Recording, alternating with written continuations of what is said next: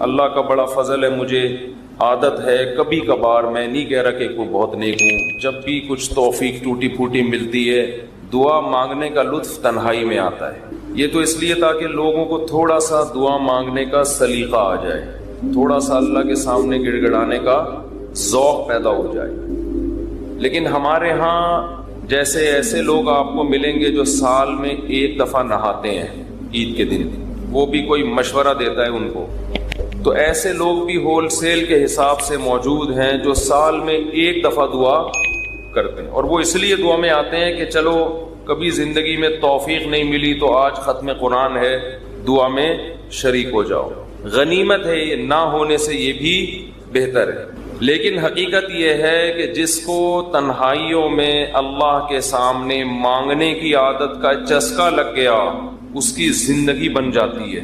ہر ایک کا اپنا تجزیہ ہوتا ہے نا, بزرگوں کے ارشادات بھی ہوتے ہیں, فلاں بزرگ نے یہ فرمایا, فلاں نے یہ فرمایا, فلاں نے یہ ہوتا ہے نا, ان کے اپنے ذوق ہوتے ہیں. میں بزرگ تو نہیں ہوں لیکن آج کل فرما بہت کچھ رہا ہوں.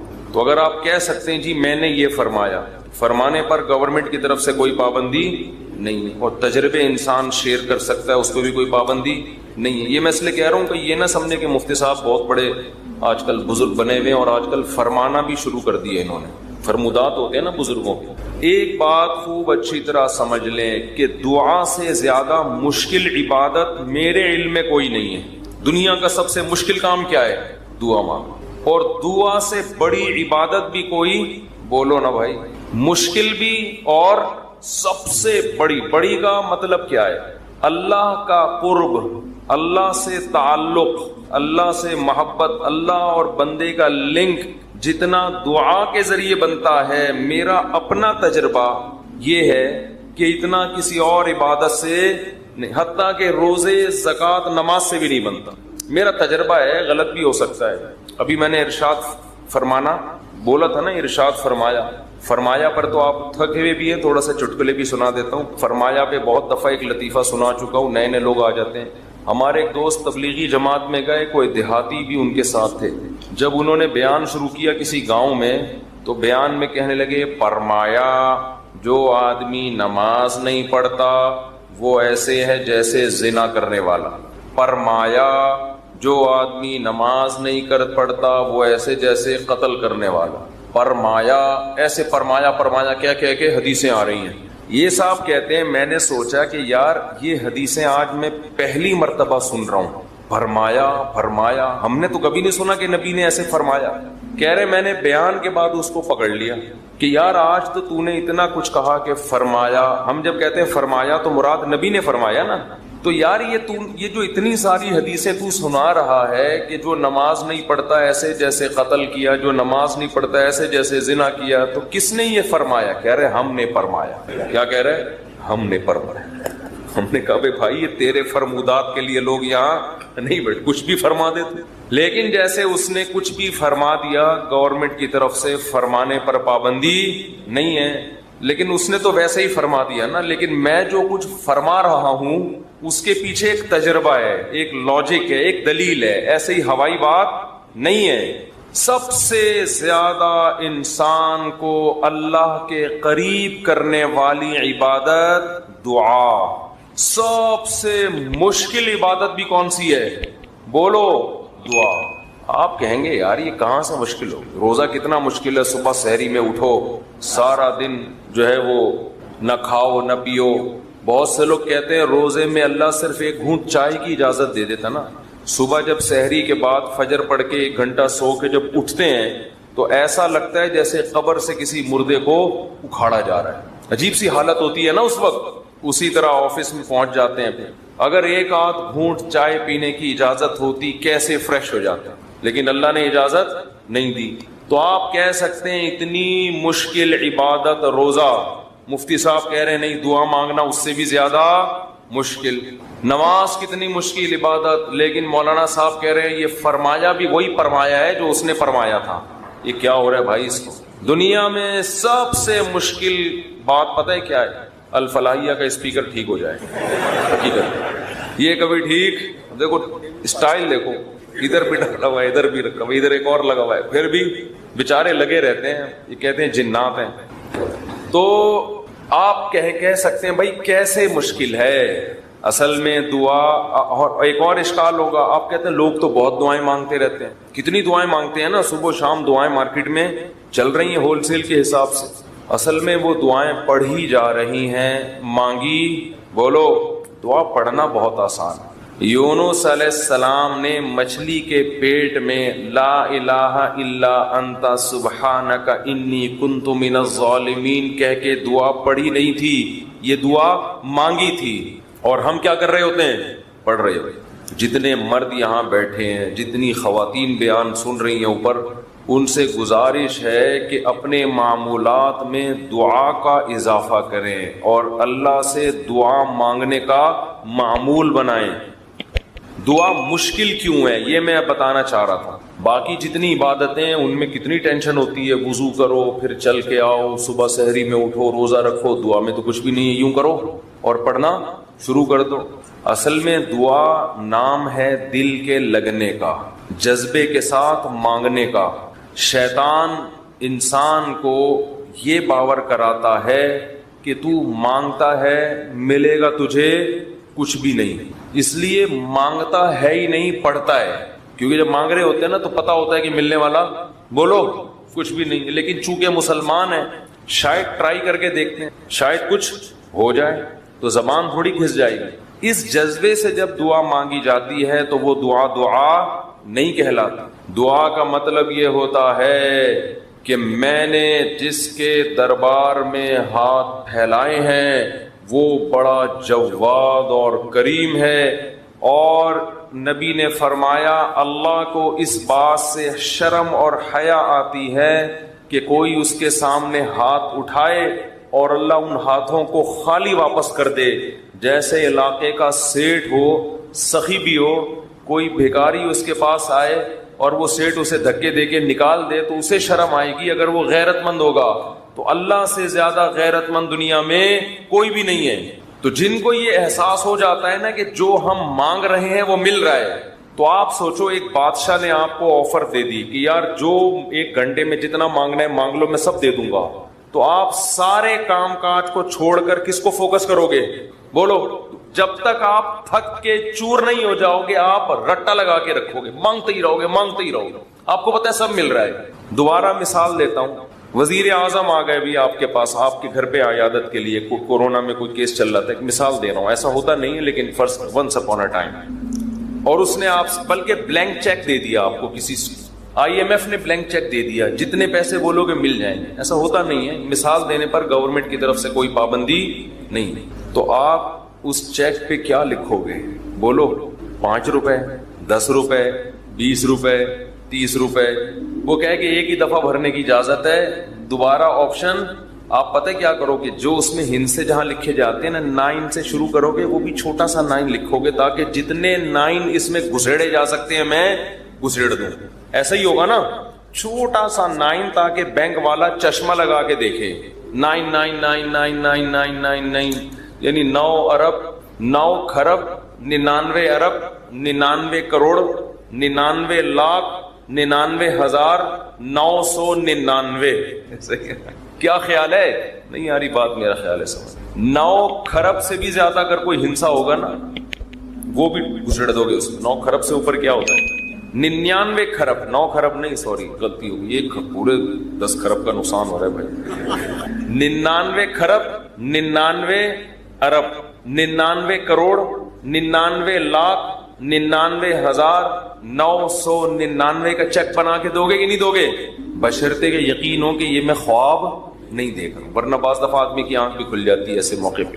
وہ ایک آدمی کی لاٹری نکلی نا اسی 99 کھرب روپے کی، یہ بہت 5 ارب کی لاٹری نکل آئی، تو جنہوں کی جو کمپنی تھی جو بھی لاٹری جنہوں نے دی، انہوں نے کہا کہ یار کسی ماہر نفسیات کو بھیجنا چاہیے جو اس کو بتائے کہ تمہاری 5 ارب روپے کی لاٹری نکلی، کیونکہ ایک دم سے بتا دیا تو خوشی سے مر بھی سکتا ہے یہ، تو آرام آرام سے جا کے کوئی نفسیاتی ڈاکٹر اس کی نفسیات کو سمجھتے ہوئے اس کو بتائے گا۔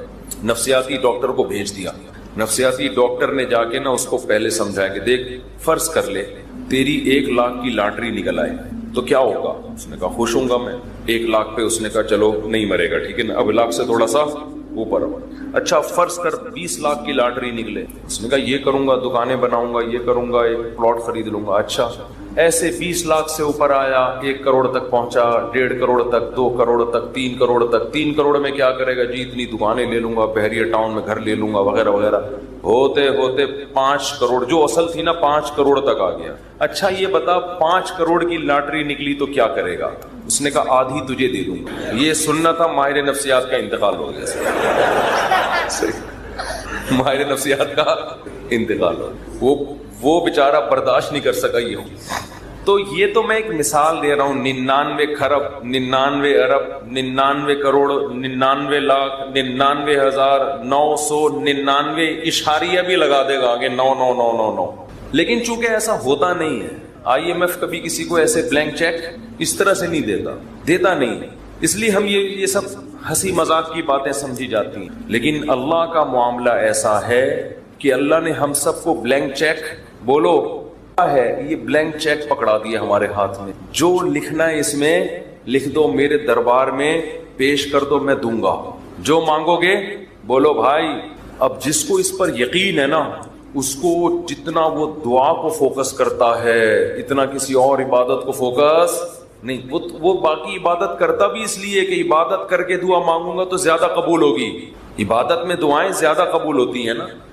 تو یہ شیطان نے دماغ میں یہ ڈال دیا ہے کہ اللہ سنتا ہے دعائیں مگر قبول نہیں کرتا, اور اللہ کہتا ہے میں کرتا ہوں قبول, لیکن جس طرح تو چاہ رہا ہے اس طرح نہیں کروں گا میں قبول. اس طرح کرنا اگر شروع کر دی تو اللہ کا معاملہ ہمیشہ غیب پر ہے. یخشون ربہم بالغیب, جو اللہ سے ڈرتے ہیں بغیر دیکھے, جو اللہ پہ ایمان لاتے ہیں بغیر دیکھے, جنہوں نے جنت پہ یقین کیا بغیر دیکھے, جو جہنم سے ڈرتے ہیں بغیر دیکھے, جنہوں نے عذاب نہیں دیکھا.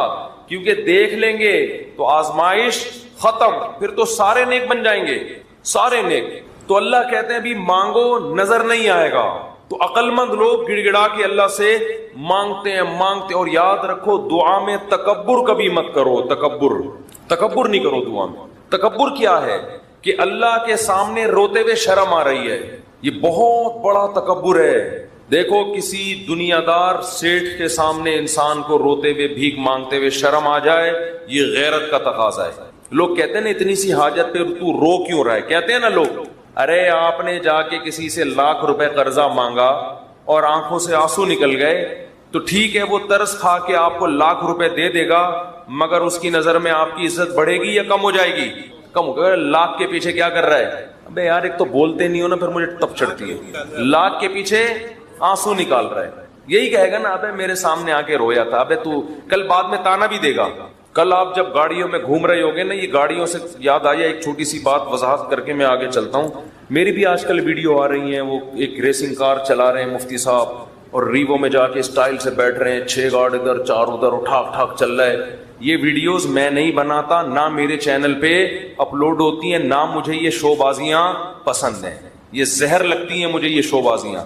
گاڑی چلانا کوئی برا کام نہیں ہے, چاہے اسپورٹ کار ہو, چاہے سوئمنگ ہو, چاہے سوئمنگ کا تو چلو میں نے خود بنا کے ڈالی تھی ویڈیو تاکہ لوگوں میں ایک شوق پیدا ہو سوئمنگ کا. گھڑ سواری بھی ہم نے خود اجازت دی. یہ جو گاڑیوں کی گاٹوں واٹوں کی آ رہی ہے نا, یہ لوگوں نے حرکتیں کی ہوئی ہیں, اس کا مجھ سے کوئی تعلق.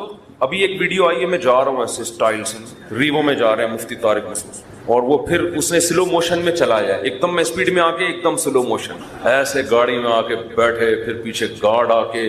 تو دیکھو علماء کی عزت ان کے علم سے, ان کی دینی خدمتوں سے ہوتی ہے. یہ کلاشن کوفوں سے, ریوو اور لینڈ کروزر, یہ چھچور پنے لوگوں کا, یہ چھچور پنا, ان چیزوں سے عزت حاصل کرنا. سمجھتے ہو کہ نہیں سمجھتے؟ ایک دیہاتی ہمارے پاس آیا, مجھے بڑا اچھا لگا. بعض گاوار دیہات کے لوگ ہوتے ہیں سیدھے سادے, بڑی اچھی باتیں کرتے ہیں. وہ ایک عالم کے پاس گیا, ان کے گارڈ تھے, جیسے ہی گیا تو گارڈ اور کھڑک کھڑک ایک دم جو ہے نا, وہ عالم اپنی ریوو میں آ کے بیٹھے اور بڑا پروٹوکول کے ساتھ.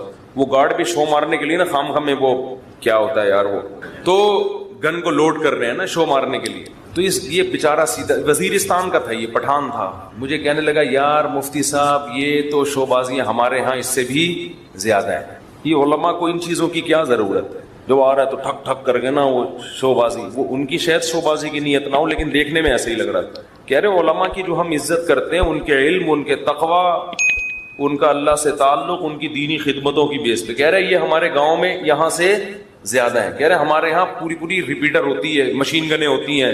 اس نے کہا بھائی یہ علماء کیا ٹھک ٹھک ٹھک لگا کے رکھی ہوئی ہے. کہہ رہے ہم لوگ علماء کی عزت علم کی وجہ سے کرتے ہیں, ورنہ یہ تو ہمارے ہاں ان سے زیادہ ہیں. حقیقت صحیح بات کی اس نے. یہ جو پروٹوکول اور بڑی بڑی گاڑیاں اور یہ گارڈ اور یہ سب چیزیں تو زرداری صاحب کے ہم سے زیادہ ہے بھائی یہ پروٹوکول تو. اور یہ جو دنیا دار لوگ ہوتے ہیں ان کے پاس یہ چیزیں زیادہ ہوتی ہیں. تو یہ چیزیں فخر کرنے کے قابل نہیں ہے, ضرورت کی چیزیں ہیں. ضرورت ہے تو رکھو, نہیں ہے تو نہیں رکھو. بنی اسرائیل نے کیا کیا؟ بچڑے کی عبادت شروع کر دی. حضرت موسیٰ بڑے غضبناک ہوئے. تو ایک تو یہ قرینہ ہے کہ اس قوم میں بھی گائے کی عبادت ہوتی تھی. دوسرا یہ کہ جب اس قوم کے کسی شخص کو یہ اعتراض ہوا کہ ہم دوبارہ کیسے زندہ ہوں گے, تو اس قوم میں ایک واقعہ ہوا جس کا اس قرآن میں یہاں ذکر بھی ہے جو آج ہم نے آیات پڑھی ہیں. وہ ذکر یہ ہے کہ ایک شخص قتل ہو گیا. کہا جاتا ہے کہ بھتیجے نے اپنے چچا کو قتل کر دیا وراثت لینے کے لیے. چچا کے اولاد نہیں تھی تو یہ پھر بھتیجوں میں آتی ہے اگر بھائی نہ ہو. تو بھتیجے نے کیا کیا؟ اپنے چچا کو قتل کر دیا. قتل کر کے غائب. اب پتہ ہی نہیں چل رہا کہ چچا کو قتل کس نے کیا ہے. تو حضرت موسیٰ علیہ الصلاۃ والسلام نے بنی اسرائیل کو حکم دیا کہ گائے ذبح کرو اور گائے کا گوشت اس مقتول پہ لگایا جائے گا تو مقتول کو اللہ زندہ کر دیں گے. اب اس میں حکمت کیا تھی کہ وہ اپنی آنکھوں سے دیکھ لیں کہ اللہ مردوں کو زندہ کر سکتا ہے. کذالک یحیی اللہ الموتى, قرآن کی آیت ہے. اسی طرح اللہ قیامت کے دن مردوں کو زندہ کرے گا. وَيُرِيكُمْ آیاتہ, اور اپنی نشانیاں اللہ تمہیں دکھاتا ہے. لعلکم تعقلون, تاکہ تم عقل سے کام لو. اب دیکھو اللہ تعالی مردے کو زندہ کرنے کے لیے کوئی اور طریقہ بھی تو استعمال کر سکتے تھے. گائے کو کاٹنے کا حکم کیوں دیا؟ بہت مشکل ہے سمجھانا. کیوں دیا حکم؟ بنی اسرائیل کے دلوں سے گائے کا تقدس اور عظمت نکل جائے,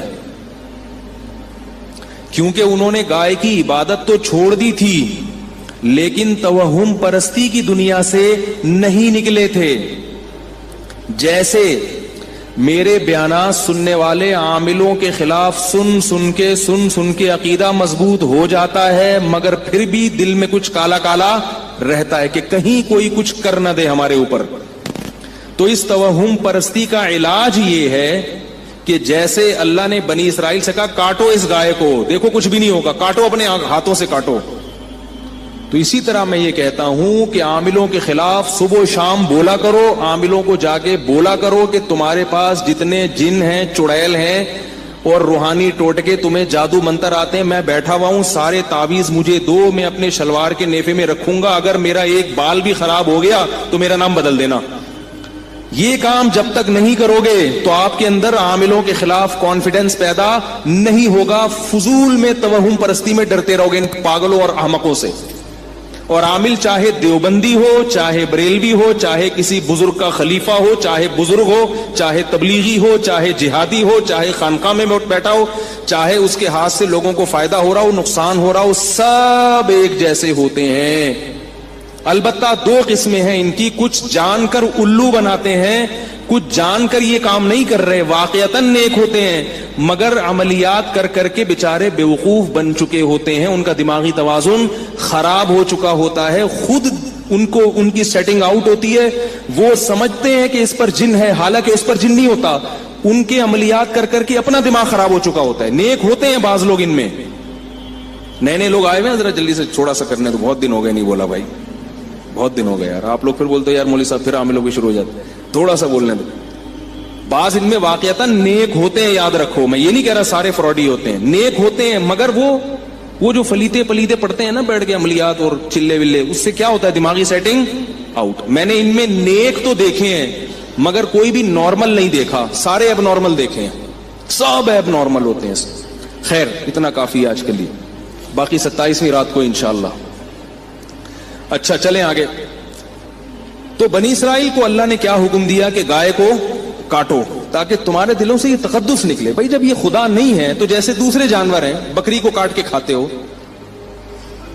اور مرغی کاٹتے ہو صبح شام, اس پر کوئی اللہ کا عذاب آتا ہے؟ کتنی چکن ہے, فارمی چکن روزانہ کروڑوں کے حساب سے کٹ رہی ہیں, حالانکہ مرغی بھی تو انڈا دیتی ہے. گائے اگر دودھ دیتی ہے تو مرغی بھی کیا کرتی ہے؟ انڈا دیتی ہے. انڈے کی ویلیو دودھ سے کم نہیں ہے. انڈے میں جو کولیسٹرول ہوتا ہے نا, وہ صحت کے لیے بڑا مفید ہے. روزانہ نہار منہ 2 انڈے صبح ابلے ہوئے اپنے خرچے پہ کھایا کریں. اس لیے اپنے خرچے میں لگاتا ہوں کہ میں واضح مشورہ دیتا ہوں تو لوگ پھر وہ کہتے ہیں کہ اتنے پیسے کہاں سے لائیں. تو دیکھو, تقدس نکلنا چاہیے دل سے. ایسی چیزوں کا پیلیا ہے نا, پیلیا ہوا ہے کسی کو, جھاڑ پھونک مت کرو اس کا. سورہ فلق سورہ ناس پڑھ دینا, آیت الکرسی پڑھ دینا, وہ تو ٹھیک ہے, تو سنت سے ثابت ہے. آیت الکرسی پڑھ کے پھونک لگانا, یہ جھڑواتے ہیں نا جا کے, چھوڑ دو, یہ دماغ سے نکالو, یہ سوائے وسوسے کے کچھ بھی نہیں ہے. انگریزوں کا پیلیا کیسے اتر جاتا ہے, سعودی عرب میں پیلیا کیسے اتر جاتا ہے؟ لوگ کہتے ہیں ہمارے یہاں پیلیا نہیں اترتا تب تک جھڑوایا نہ جائے. سب بیوقوف بنانے والی باتیں. تو اللہ تعالیٰ نے بنی اسرائیل کو حکم دیا گائے ذبح کرو. اب وہ نہ سٹ پٹائے, گائے ذبح کرو. بھائی جیسے ہمارے یہاں کہتے ہیں نا پیلیا نہیں جھاڑنا, اب آپ 3 دن تک تو آپ کو میرا بیان یاد آئے گا, لیکن بچہ جب ٹھیک نہیں ہوگا پھر آئے گا یار ٹرائی کرنے میں کیا جا رہا ہے. ٹھیک ہے نا, ٹرائی کرنے میں کیا جا رہا ہے. جس آدمی میں اللہ پہ توکل نہیں ہے نا, ایک بات خوب کان کھول کے سن لیں, جس میں اللہ پر اعتماد نہیں, توکل نہیں, اس کا سب سے پہلا عذاب پتہ ہے کیا آتا ہے دنیا میں؟ اللہ دل کا سکون چھین لیتے ہیں. سب سے پہلا عذاب یہ آتا ہے. جس کو اللہ سے ہونے کا اور غیر اللہ سے نہ ہونے کا یقین نہ ہو تو اس کا سب سے پہلا عذاب کیا آتا ہے؟ دل کا سکون چھن جاتا ہے, پریشان رہتا ہے, یار یہ کیا تو یوں ہو جائے گا, یوں نہیں کیا تو یوں نہیں ہوگا. اللہ پہ اعتماد ہو, بھائی جو ہے اللہ کرے گا. نبی صلی اللہ علیہ وسلم کے دور میں بھی سب کچھ ہوا ہے, صحابہ کے دور میں بھی, گوروں میں بھی ہوتا ہے, پیلیا بھی ہوتا ہے, پتہ نہیں کیا کیا ہوتا ہے. تو اب بنی اسرائیل کو حکم دیا گائے ذبح کرو. بنی اسرائیل پریشان, یار یہ کیا چکر, گائے, ایسا نہ ہو کہ اللہ کا عذاب آ جائے آسمان سے.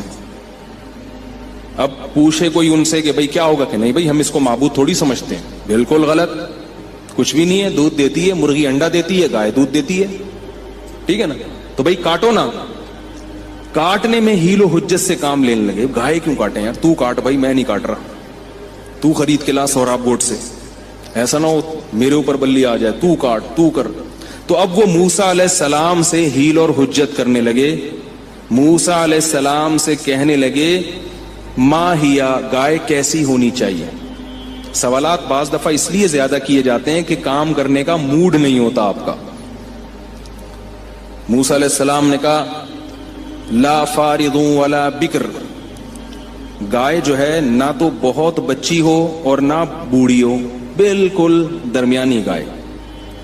اس سے فقہ کا ایک اصول ثابت ہوتا ہے کہ مطلق جب بولا جاتا ہے نا, اس سے فرد کامل مراد ہوتا ہے. تو مطلق گائے بولی ہے تو فرد کامل, درمیانی درجے کی گائے, بڈھی گائے بھی نہ ہو, بالکل بچی بھی نہ ہو.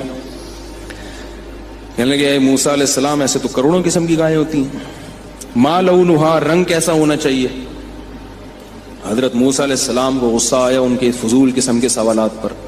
انہوں نے کہا صفرا, زرد رنگ ہونا چاہیے, فاقع لونہا, چمکتا ہوا رنگ. جب تمہیں خود اپنے اوپر مصیبتیں مسلط کر رہے ہو, قیدیں لگا رہے ہو, تو پھر اب لگیں گی قیدیں. چمکتا ہوا زرد رنگ. کہنے لگے اے موسیٰ ان البقرہ تشابہ علینا, ابھی تک گائے ہماری سمجھ میں آئی نہیں. زرد رنگ کی تو بہت ساری گائے ہوتی ہیں, درمیانی درجے کی بھی ہوتی ہیں. پتہ نہیں ہم کوئی اور گائے اٹھا لیں, اللہ کہیں یہ والی تھوڑی بولی تھی میں نے, وہ والی بولی تھی. تو اور ذرا ڈیٹیل میں بتا دیں. انا انشاء اللہ لمہتدون. ایک ان سے اچھا کام یہ ہو گیا کہ انہوں نے کہا اللہ نے چاہا تو اب ہم کر گزریں گے. نبی صلی اللہ علیہ وسلم نے فرمایا اگر وہ انشاء اللہ نہیں کہتے تو تیسرے سوال کے بعد بھی یہ کام نہیں کرتے. تیسرے سوال کے بعد بھی یہ کام نہیں کرتے. یہ انشاءاللہ کی برکت تھی. تو موسیٰ علیہ السلام نے پھر مزید ڈیٹیل بتائی. بالآخر انہوں نے گائے کو ذبح کیا. اللہ نے حکم دیا کہ اس گائے کا گوشت کا ایک حصہ مقتول پہ ڈالا جائے. مقتول کے لگایا گیا, مقتول زندہ ہو گیا اور اس نے کچھ نہ رستے کا پتہ ہم کو نہ منزل کی خبر. جا رہے ہیں جس طرف ہم کو لیے جاتا ہے دل. ہمارے شیخ حضرت مفتی رشید احمد صاحب رحمہ اللہ تعالی یہ شعر اللہ کی محبت میں پڑھا کرتے تھے. کیا ہو گیا؟ ہمارے شیخ حضرت مفتی رشید احمد صاحب کسی ایک ٹاپک کو لے کے بیان شروع کرتے تھے بعض دفعہ, جیسے غیبت کے خلاف بیان کرنا ہے یا حسد کے خلاف بیان کرنا ہے. درمیان میں کہیں اللہ کی محبت کا ذرا سا تذکرہ آ جاتا نا تو ان کا پورا ٹاپک ہی چینج ہو جاتا تھا. پھر وہ اللہ کی محبت میں اشعار پڑھنا شروع, ایک دم ان کی جو کیفیات ہیں وہ نظر آتا تھا چینج ہو گئی ہیں. بس اللہ کا نام لینے میں, اللہ کی صفات بیان کرنے میں, اللہ کی محبت کی باتوں میں ان کو بہت مزہ آتا تھا, تو وہ ٹاپک ہی چینج ہو جاتا تھا ان کا. اس وقت یہ شعر پڑھتے تھے کہ ہماری منزل تو کچھ اور تھی جو بیان ہم لے کے چلے تھے, لیکن دل ہمیں کہیں اور لے گیا. ہمارے حضرت کے بھی عجیب ہی حالات تھے. بیان سے پہلے نا اتنی لمبی دعا کرتے تھے کہ ہم کہتے تھے, کیونکہ عصر سے مغرب تک بیان کا ٹائم ہوتا تھا, دور دور سے لوگ آتے تھے. ہمارے حضرت کا معمول نہیں تھا ہاتھ اٹھا کے دعا مانگنے کا. جب بھی کوئی دعا کا کہتا ہاتھ اٹھائے بغیر ہی اس کے لیے دعا کر دیتے تھے. اب ہمیں بھی چونکہ حضرت سے محبت ہے نا, تو ہمیں بھی دل ہمارا کہیں اور لے کے جا رہا ہے. جو اصل بیان کا ہدف تھا اس سے دل نے ہمیں کیا کر دیا ہے, ہٹا دیا ہے. تو وہ کیا کرتے تھے, عصر سے مغرب ٹائم ہے, دور دور سے لوگ بیان سننے آئے ہیں, تو بیان سے پہلے وہ دعا کرتے تھے ہاتھ اٹھا کے. وہ دعا بعض دفعہ اتنی لمبی ہو جاتی تھی, انفرادی دعا ہوتی تھی, اجتماعی نہیں, خود ہی اپنی دعا مانگ رہے ہوتے تھے. دعا یہی مانگتے تھے کہ اللہ بیان وہ کروا دے جس کی لوگوں کو ضرورت. وہ بعض دفعہ اتنی لمبی دعا ہو جاتی تھی کہ بیان کے لیے ٹائم بہت تھوڑا بچتا تھا. تو ہمیں تھوڑا غصہ بھی آتا تھا, حیرانگی بھی ہوتی تھی کہ اتنی دور دور سے لوگ آئے ہیں, دعا تو آپ کسی اور ٹائم مانگ لینا, لیکن آپ تو دعا میں ہی سارا ٹائم لگا دیا آپ نے. تو حضرت کہتے تھے کہ میں ہاتھ اٹھا کے جب دعا مانگتا ہوں نا, اللہ کے سامنے ہاتھ اٹھاتا ہوں تو کسی اور ہی دنیا میں پہنچ جاتا. بس پھر وہ اسی میں حضرت کو اتنا مزہ آتا تھا کہ بیان گیا تیل لینے, بیان کیا ایسی کی تیسی, آئے ہمیں تو اب اللہ سے جب مانگنا شروع کیا ہے تو اس میں. لیکن وہ پھر تھوڑی دیر کا بیان ہوتا تھا, حالانکہ نہ کوئی اس میں زمین آسمان کے قلابے ملائے جاتے تھے, نہ کوئی خطابت کے جوہر, سیدھے سادے بیانات ہوتے تھے.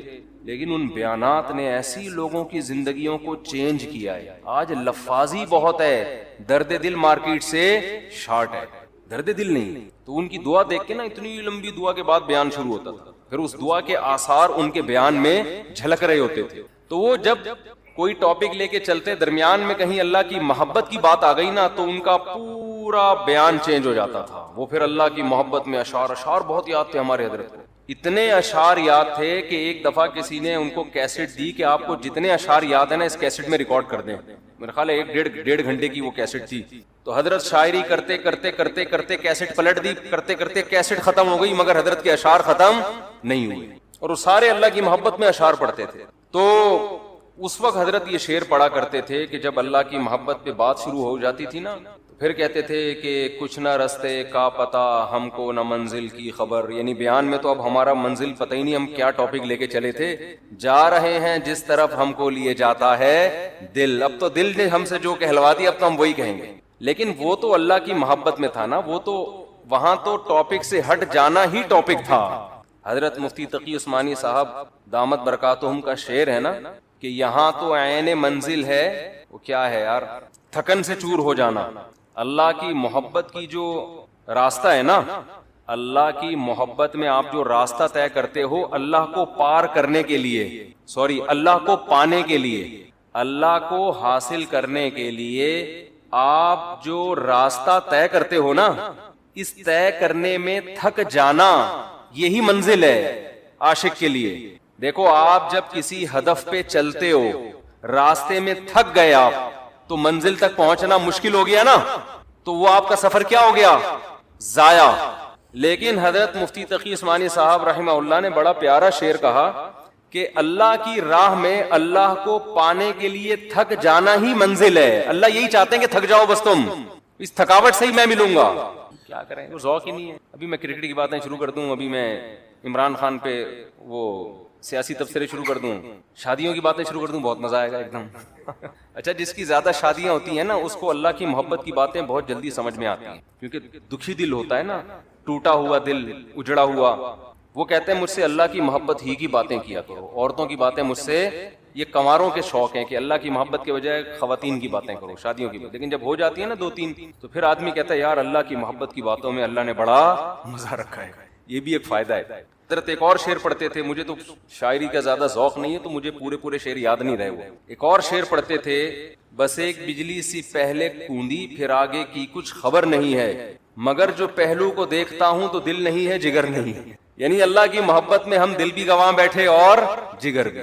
پہلو کو دیکھ رہے ہیں تو نہ دل نظر آ رہا ہے ہمیں، نہ جگر نظر آ رہا ہے. تو محبت کے اصول تو کچھ اور ہوتے ہیں نا، اس میں تھوڑی انسان پابند ہوتا ہے.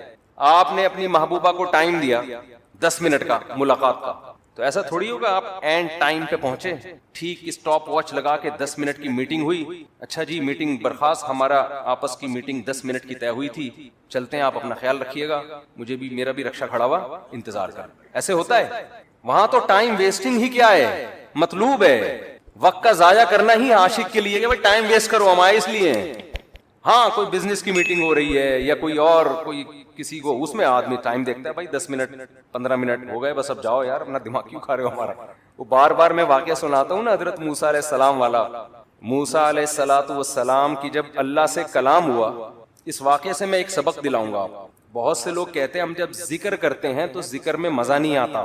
حدیث میں آتا ہے نا 100 دفعہ صبح لا الہ الا اللہ وحدہ لا شریک لہ لہ الملک ولہ الحمد یحیی و یمیت وہو حی لا یموت. کیسا مزیدار کلمہ ہے، کیسا مزیدار کلمہ. چائے بڑی خاندانی چیز ہے یار. آپ کو جب آدمی 24 گھنٹے چائے نہ پیے نا، پھر چائے پی کے بیان کرے تو عجیب ہی لطف آتا ہے اس میں. میں نے کافی دیر بعد اب چائے پی ہے نا اور کڑک دودھ پتی، تو میری کھوپڑی ایک دم ایکٹیو ہو گئی ہے آج. تو سوچو سٹے میں کیا ہوگا. ہم خام ہمیں چرسیوں کو برا بلا کہتے ہیں، ہیروئنچیوں کو برا بلا کہتے ہیں. تو میں نے اکثر دیکھا جب میرا دماغ تھکا ہوا ہوتا ہے بیان نہیں ہوتا، دماغ فریش ہوتا ہے تو اس کے اثرات بیان میں بھی آ رہے ہوتے ہیں. دماغ چلتا ہے. تو میں ابھی نا کڑک سی دودھ پتی نہیں پینی چاہیے، عادت خراب کر دی نا ہم نے. تو کیا کہہ رہا تھا یار میں، حضرت موسیٰ علیہ السلام کے واقعے سے میں ایک سبق دلاؤں گا. بہت سے لوگوں کو اشکال ہوتا ہے یہ جو ذکر اللہ ہے نا، معاذ اللہ یہ ٹائم ویسٹنگ ہے. نہ ہم کوئی ترقی کر رہے ہیں اس میں، نہ ہم انسانیت کی خدمت کر رہے ہیں. اب آپ جتنا دیر ذکر میں لگاتے ہو، یہ لا الہ الا اللہ کی تسبیح کتنی مزیدار ہے. لا الہ الا اللہ وحدہ لا شریک لہ لہ الملک ولہ الحمد. بعض روایات میں یحیی و یمیت بھی ہے، بعض میں اس کے بغیر بھی ہے. یحیی و یمیت وہو حی لا یموت وہو علی کل شیء قدیر. یہ حدیث میں آتا ہے جس نے 100 دفعہ صبح پڑھا تو کوئی شخص اس سے زیادہ نیکیاں اپنے اعمال میں جمع نہیں کر سکتا سوائے اس شخص کے جو 100 سے زیادہ دفعہ پڑھ لے. اب یہ جو ہمارا پڑھا لکھا طبقہ ہے نا، وہ کہتا ہے یار یہ ٹائم ویسٹنگ ہے. یہ کیا ہے بھائی، اتنی دیر میں کسی غریب کو کھانا کھلا دو. کیا خیال ہے؟ آپ نے دیکھا ہوگا نا کچھ لوگ مسجد میں بیٹھے ہوتے ہیں، لا الہ الا اللہ لا الہ الا اللہ ذکر کر رہے ہوتے ہیں. یہ جو ہمارا لبرل طبقہ ان کو بے وقوف سمجھتا ہے کہ یار اتنی دیر میں بزنس کر لیتے، اتنی دیر میں کچھ اور کر لیتے، کچھ غریب کو کھانا کھلا دیتے، یہ کر لیتے وہ کر لیتے. اس کی اپنی فضیلت ہے، اس کی فضیلت کا انکار نہیں ہے، اس کی اپنی فضیلت ہے. وَيُطْعِمُونَ الطَّعَامَ عَلَى حُبِّهِ. ہمارے نیک بندے ہماری محبت میں غریبوں کو کھانا کھلاتے ہیں. کھانا کھلانا اپنی جگہ، لیکن ذکر کی فضیلت اپنی جگہ. ذکر کی اتنی فضیلت ہے کہ رسول اللہ صلی اللہ علیہ وسلم نے ایک حدیث میں فرمایا کہ صحابہ نے پوچھا یا رسول اللہ سب سے افضل عمل کون سا ہے؟ آپ صلی اللہ علیہ وسلم نے فرمایا اللہ کا ذکر کرنا. یہ جو تسبیحات ہیں، صحابہ نے عرض کیا یا رسول اللہ کیا جہاد سے بھی افضل ہے؟ یعنی ہم تو فرسٹ ٹائم سن رہے ہیں، ورنہ ہمیشہ ہم نے سنا سب سے افضل عمل کون سا ہے؟ جہاد ہے. آج ہم فرسٹ ٹائم سن رہے ہیں کہ سب سے افضل عمل کون سا ہے؟ ذکر اللہ. آپ نے فرمایا جہاد سے بھی افضل.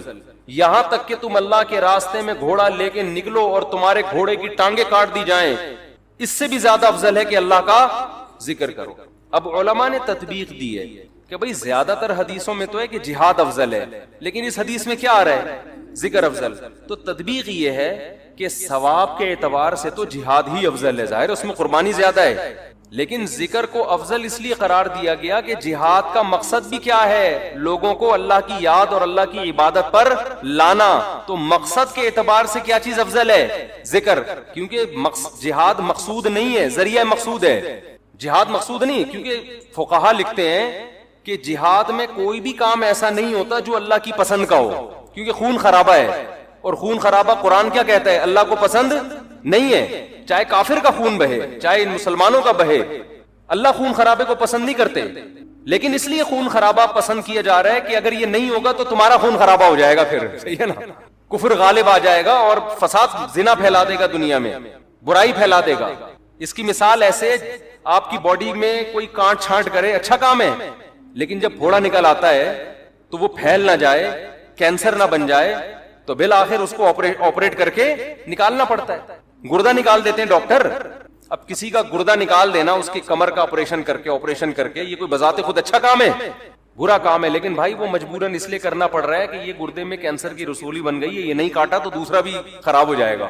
تو جہاد کا تمام فقہا بیان کرتے ہیں بذات خود یہ فساد ہے، زمین میں ایک فساد ہے، لیکن اس کو پسند اس لیے کیا گیا ہے کہ یہ نہیں ہوگا تو اس سے بڑا فساد ہوگا.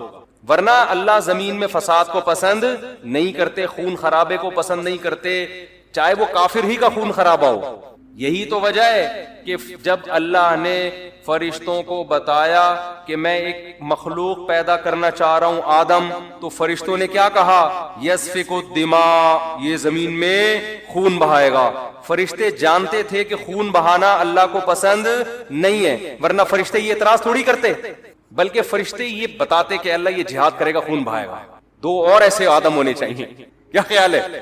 فرشتوں نے کہا وَيَسْفِكُ الدِّمَاء، یہ بم بنائے گا، ایک دوسرے کو مارے گا، میزائل بنا کے مارے گا، ابھی نندن کو چائے پلا کے واپس بھیجے گا، یہ بڑی تباہیاں پھیلائے گا دنیا میں. تو اللہ میاں نے اس کا فرشتوں کا جواب نہیں دیا کہ اچھا ہے نا خون بہائے گا تو صحیح ہے نا، نہ یہ نہیں کہا. اللہ نے کہا اعلم ما لا تعلمون، ٹھیک ہے تم نے اس کی ایک بیڈ کوالٹی بیان کی ہے کہ خون بہائے گا، لیکن اس کی کچھ اچھی گڈ کوالٹیز بھی ہیں، وہ تم نہیں جانتے. تو اس سے صاف پتہ چلتا ہے اللہ زمین میں خون خرابے کو پسند نہیں کرتے، مجبوری ہے. تو اس لیے نبی نے ذکر کو افضل قرار دیا کہ جہاد سے مقصد کیا ہے؟ اللہ کا نظام اور اللہ کی محبت لوگوں کے دلوں میں آئے، لوگ اللہ کو یاد کریں. تو مقصد کے اعتبار سے ذکر کی فضیلت ہے جہاد پر، ثواب کے اعتبار سے کس کی فضیلت ہے؟ جہاد کی فضیلت. ظاہر ہے وہ ذکر کرنے والے کا کیا جا رہا ہے، لیکن جہاد میں تو آپ کے خون بہتا ہے، آپ کا بہت بڑی قربانی دینی پڑتی ہے. تو اب میں عرض کر رہا تھا کہ ہمارا جو لبرل طبقہ ہے نا، جو خوش قسم کے لوگ ہوتے ہیں، جو بڑے آج کل براڈ مائنڈڈ بنے پھرتے ہیں، اسلام کے فلسفیانہ انداز سے آپ ان سے بڑی لمبی چوڑی تقریریں کروا لیں، لیکن اللہ کا ذکر نہیں کرتے. اور نہ کرنا تو چلو اتنا بڑا جرم نہیں ہے، جو ذکر کر رہا اس کو کیا سمجھتے ہیں؟ بے وقوف. کیا بھائی یہ فلاں بزرگ سے بیعت ہے اور ان کی وہاں بیٹھا ہوتا ہے مسجد میں، صبح انہوں نے بولا یہ اللہ اللہ کیا کرو تو بیٹھ کے اللہ اللہ کر رہا ہوتا ہے، یا کسی حدیث میں پڑھ لیا یہ ذکر کرنا. اچھا، اپنے کاموں کو بنانے کے لیے وظیفے پڑھنے والے مارکیٹ میں بہت. آپ کہیں دیکھے ہو نا اللہ اللہ کر رہا ہے تو سمجھ لو اس کی شادی نہیں ہو رہی، کسی نے اس کو شادی کا وظیفہ بتایا. ایسے نیک مارکیٹ میں شارٹ ہیں جو اللہ اللہ کر رہے ہیں صرف اللہ کو یاد کرنے. ایسے نیک مارکیٹ میں کیا ہیں؟ شارٹ چل. تو ایسے نیک لوگوں کو لوگ بے وقوف بھی سمجھتے ہیں کہ ٹائم ویسٹنگ، یہ کر لیتے. ہم نے اپنے اکابر کو دیکھا ہے جنہوں نے بڑے بڑے کام کیے، لیکن آپ ان کے ذکر کیا ڈیٹیل میں جائیں تو ایسا لگتا ہے یار یہ تو اتنا ٹائم یہ ذکر اللہ میں گزارتے تھے، ان کے پاس باقی کاموں کے لیے ٹائم کب بچتا تھا؟ لیکن باقی کام بھی انہوں نے بہت کیے. تو یہ جو لبرل طبقہ ہے نا ہمارا، ان کو یہ صوفی ٹائپ کے لوگ جو اللہ اللہ کر رہے ہیں تسبیح پکڑ کے یا ویسے ہی، ان کو یہ برے لگتے ہیں کہ ٹائم ویسٹ کر رہے ہیں. لیکن بات یہ ہے کہ جب انسان کو کسی سے محبت ہوتی ہے تو محبوب کی یاد میں ٹائم ویسٹ کرنا، یہ اس کو ٹائم کی ویسٹنگ لگتا نہیں ہے. یہی تو منزل ہے بھائی، ہم پیدا ہی اللہ کے لیے ہوئے ہیں. ہو جائے اللہ کی یاد میں ٹائم ویسٹ، سبحان اللہ، اور کیا چاہیے؟ جانا کس کے پاس ہے؟ ہم نے اللہ کے پاس جانا ہے. تو ٹائم بچانا کہتے کس کو ہیں؟ میری یہ سمجھ میں نہیں آتا. ایک صاحب مجھ سے الجھ گئے کہ اتنا ٹائم ویسٹ کر رہے ہیں. میں نے کہا ویسٹنگ آف ٹائم کی ڈیفینیشن کیا ہے؟ کیا ڈیفینیشن ہے اس کی؟ یہ بہت امپورٹنٹ سوال ہے. دیکھو گورے کا معیار الگ ہے ٹائم ویسٹ کرنے کے بارے میں، مسلمان کا معیار الگ ہونا چاہیے. جب آپ منزل متعین کر لیتے ہیں نا، تو اس منزل کی طرف جو بھی راستہ آپ کو لے کے جائے گا اس میں ٹائم کھپانا ٹائم ویسٹنگ نہیں ہے. اور جو کام آپ کو اس منزل سے ہٹا رہا ہے، چاہے دیکھنے میں وہ کتنا قیمتی کام لگے، لیکن اسلام اس کو ٹائم ویسٹنگ کہتا ہے. مثال وہی میں ڈاکٹر اور باکسر والی لے آتا ہوں. آپ کا ہدف تھا ڈاکٹر بننا، صبح شام آپ کیا کر رہے ہو؟ باکسنگ سیکھ رہے ہو. اب باکسر تو کہے گا زبردست یار یہ آدمی ٹائم کا بڑا پابند ہے, ٹھیک صبح 8 بجے آ کے مکے لگاتا ہے, پھر جا کے ناشتہ کرتا ہے, پھر تھوڑا آرام کرتا ہے, اس کے بعد پھر دوپہر ٹائم. تو دیکھنے میں تو لگ رہا ہے کہ یہ ٹائم ویسٹ نہیں کر رہا, لیکن جس آدمی کو پتا ہو کہ آپ کا ہدف ڈاکٹر بننا ہے وہ کہے گا یہ ٹوٹلی ٹائم آپ کا کیا ہو رہا ہے, ویسٹ. ٹوٹلی اس کا کچھ بھی فائدہ نہیں ہے فیوچر میں. آپ میرے پاس لوگ آتے ہیں 40 سال کے 45 سال کے کہ ہم عالم بننا چاہتے ہیں, مدرسے میں داخلہ لے کے ہم کیا بننا چاہتے ہیں, عالم. میں ان سے کہتا ہوں آپ دین کا علم حاصل کر لیں بقدر ضرورت, قرآن کی تفسیر پڑھ لیں, حدیث پڑھ لیں, بقدر ضرورت مسائل سیکھ لیں. پراپر عالم بننے کا ٹائم اب گزر گیا ہے, اب ٹائم ویسٹ ہوگا آپ کا. کہتے ہیں یار میں علم دین میں اپنے آپ کو کھپاؤں اور ٹائم ویسٹ. میں کہتا ہوں بھائی بات یہ ہے کہ جتنی 8 سال آپ کو محنت کرنی پڑے گی نا اس کا آؤٹ پٹ اتنا اب نہیں نکلے گا. اس کی وجہ اس سے زیادہ آپ کسی اور کام میں اپنی صلاحیتیں کھپا سکتے ہو, اس کا آؤٹ پٹ زیادہ اچھا ہوگا. جیسے کوئی آدمی 50 سال میں میڈیکل کالج میں ایڈمیشن کے لیے جائے, ابے تو 4 سال وہاں لگائے گا, 2 سال پھر ہاؤس جاب ہوگی, اس کے بعد تجھے ایکسپیرینس چاہیے نا. ایکسپیرینس کے لیے 15 20 30 سال کے بعد جا کے انسان ڈاکٹر بنتا ہے, جو لوگ کہتے ہیں ہاں یہ کیا ہے اسپیشلسٹ ہے یا واقعی ایک تجربے کار ڈاکٹر ہے. تو اس وقت تو آپ کا انا للہ ہو چکا ہوگا, یا آپ اتنے بوڑھے ہو چکے ہوگے کہ کام کرنے کا ٹائم ہی نہیں ملے گا. آج جو علماء آپ کو کام کرتے نظر آ رہے ہیں نا, یہ وہ تھے جو 18 سال کی عمر میں فارغ ہو چکے تھے, پھر انہوں نے تدریس کی. میں اپنی مثال دے دیتا ہوں آپ کو, شو مارنے کے لیے نہیں, کیونکہ یوٹیوب پہ نا میرے بارے میں بہت سا لوگوں نے اوٹ پٹانگ چیزیں بھی شائع کی ہوئی ہیں کہ یہ لطیفوں کے علاوہ اس بیچارے کو کچھ نہیں آتا, اس کے بیان میں حوالے نہیں ہوتے. تو شو مارنے کے لیے نہیں, انسان جب کوئی کام کر رہا ہوتا ہے تو اپنا انٹروڈکشن تو کروا دیتا ہے نا. آپ کسی ڈاکٹر کے پاس جاتے ہیں کہ میں اپنا کڈنی کا علاج کرنا چاہتا ہوں آپ سے, آپ کڈنی کے اسپیشلسٹ ہیں, تو ڈاکٹر کی ذمہ داری ہے نا کہ وہ ثابت کرے کہ ہاں جی میں کڈنی کا اسپیشلسٹ. آپ اس سے پوچھ رہے ہیں کہ آپ کڈنی کے اسپیشلسٹ ہیں, میں آپ سے علاج کروں گا, تو آپ کے پاس کیا دلیل ہے؟ ڈاکٹر تواضع میں, ارے ہم تو خادم, ہم کہاں میں کیا کڈنی کا پتہ, ہم تو جاہل ہیں. تواضع میں آ گیا نا ڈاکٹر, ارے کڈنی کیا ہوتا ہے, مجھے تو یہی نہیں پتا کڈنی کی اسپیلنگ کیا ہے, میں کوئی سڈنی سے تھوڑی آیا ہوں جو مجھے کڈنی کا پتا ہو. تو ایسے موقع پہ اپنی جو کوالیفیکیشن ہے یا جو بھی آپ کے اندر ایبلٹی ہے اس کو شو کرنا یہ کوئی تواضع کے خلاف نہیں ہے. ہاں اس میں میں نہیں کہتا کہ میں عالم ہوں, لیکن میں عام لوگوں سے کہتا ہوں کہ بھائی ٹوٹا پھوٹا آپ سے زیادہ اللہ نے علم دے دیا, باقی بڑے بڑے علماء کے مقابلے میں تو ہم. ایک صاحب نے مجھے کہا نا کہ آپ اگر عالم ہیں, آپ کو قرآن و حدیث اگر آتا ہے تو امام ابو حنیفہ کی تقلید کیوں کرتے ہو آپ؟ پھر آپ کو تو خود آتا ہے قرآن و سنت, اور اگر آپ کو نہیں آتا تو آپ جاہل ہو, پھر بیان کیوں کر رہے ہو لوگوں میں؟ سمجھ میں نہیں آئی بات. کہا کہ ہم آپ کے مقابلے میں جاہل نہیں ہیں, آپ کے مقابلے میں عالم ہیں, ابو حنیفہ کے مقابلے میں جاہل ہیں. صحیح ہے نا, قرآن حدیث ہمیں آتا ہے اتنا نہیں جتنا امام ابو حنیفہ کو آتا تھا, لیکن اس سے زیادہ آتا ہے جتنا آپ کو آتا ہے. انصاف سے میں نے کہا. بلکہ موسیٰ کو جب بھیجا نا اللہ نے فرعون کے پاس, تو موسیٰ علیہ السلام کہیں گے اللہ نہ بھیج, یہیں کوہ طور پہ ہی مجھے بٹھا لے. وہ تو اللہ نے آرڈر دے دیا تھا فرعون کے پاس جاؤ, تو چلے گئے, ورنہ دل موسیٰ علیہ السلام کا جانے کا نہیں چاہ رہا تھا. بس یہی دل چاہ رہا تھا اللہ سے ہی ہم کلام ہوتا رہوں, میں اللہ سے ہی باتیں کرتا رہوں. تو قال ہی عصایا, اب وہاں کوئی لبرل بیٹھا ہوا ہے, سائنٹسٹ بیٹھا ہوا ہے, تو موسیٰ علیہ السلام پر اعتراض کر. موسیٰ علیہ السلام کیا کہہ رہے ہیں؟ ہی عصایا, یہ میری لاٹھی ہے, اتوکأ علیہا, اس پہ میں ٹیک بھی لگاتا ہوں, واہش بہا علی غنمی, درختوں کے پتے جھاڑ کر اپنی بکریوں کو پتے بھی کھلاتا ہوں, ولی فیہا مآرب اخری, اور اے اللہ بہت سارے اور بھی کام ہیں, پرمیشن دے تو پوری رپورٹ پیش کر دوں تیرے سامنے. سمجھتے ہو کہ نہیں سمجھتے؟ تو یہ ہے ذکر اللہ کا فلسفہ. اس لیے صبح و شام کچھ اللہ اللہ بھی ہمیں کرنا چاہیے. کوئی بات نہیں ٹائم ویسٹ ہو رہا ہے, دل لگے نہ لگے, لا الہ الا اللہ, کوئی عبادت کے لائق نہیں ہے سوائے اللہ کے, لہ الملک وحدہ لا شریک لہ, اکیلا ہے, اس کے ساتھ کوئی شریک نہیں ہے, لہ الملک, اسی کے لیے بادشاہی ہے, وَلَهُ الْحَمْدُ, قابل تعریف صرف وہی ذات ہے, یحیی, جس کو چاہتا ہے زندگی دیتا ہے, مردوں کے زندہ پیدا کر دیتا ہے نا, انڈے سے چوزا نکال دیتا ہے, مردہ چیز تھی, وَيُمِيتُ, جس کو چاہتا ہے موت دے دیتا ہے. مائیکل جیکسن نے پورا زور لگا دیا 100 سال زندہ رہنے کا, اللہ نے چاہا 50 سال کے بعد ڈاکٹروں کے پینل کے بیچ میں سویا ہے, صبح پولیس بھی اس کو نہیں اٹھا سکتی. اتنے بڑے بڑے تصرفات کس نے اپنے ہاتھ میں رکھے ہیں؟ اللہ نے. کتنے میڈیکل سائنس نے ترقی کر لی, پھر بھی ڈاکٹر بھی مر جاتے ہیں. اور کوئی ضروری نہیں کہ پوری عمر 50 سال میں مر جاتے ہیں، 40 سال میں مر جاتے ہیں. ایسے تصرف والا جس کو چاہتا ہے زندگی دیتا ہے، جس کو چاہتا ہے موت دے، جب چاہتا ہے. وَهُوَ حَيٌّ لَا يَمُوتُ، خود زندہ رہتا ہے، لا يموت، اس پر کبھی موت نہیں آئے گی. وَهُوَ عَلَى كُلِّ شَيْءٍ قَدِيرٌ. اے اللہ ایک ایک جملے میں کیا تیری تعریف کروں، بس کمپلیٹ یہ ہے کہ عَلَى كُلِّ شَيْءٍ قدیر، جو چاہتا ہے کر گزرتا ہے. کتنا مزیدار کلمہ ہے یا نہیں ہے؟ تو 100 دفعہ پڑھ لو صبح. شیطان کیا کرے گا؟ یہاں دل نہیں لگ رہا، یہ بڑا پرابلم ہوتا ہے. شیطان کہتے تیرا دھیان نہیں بٹ رہا، مزہ نہیں آ رہا، چھوڑ دو مزے کو یار.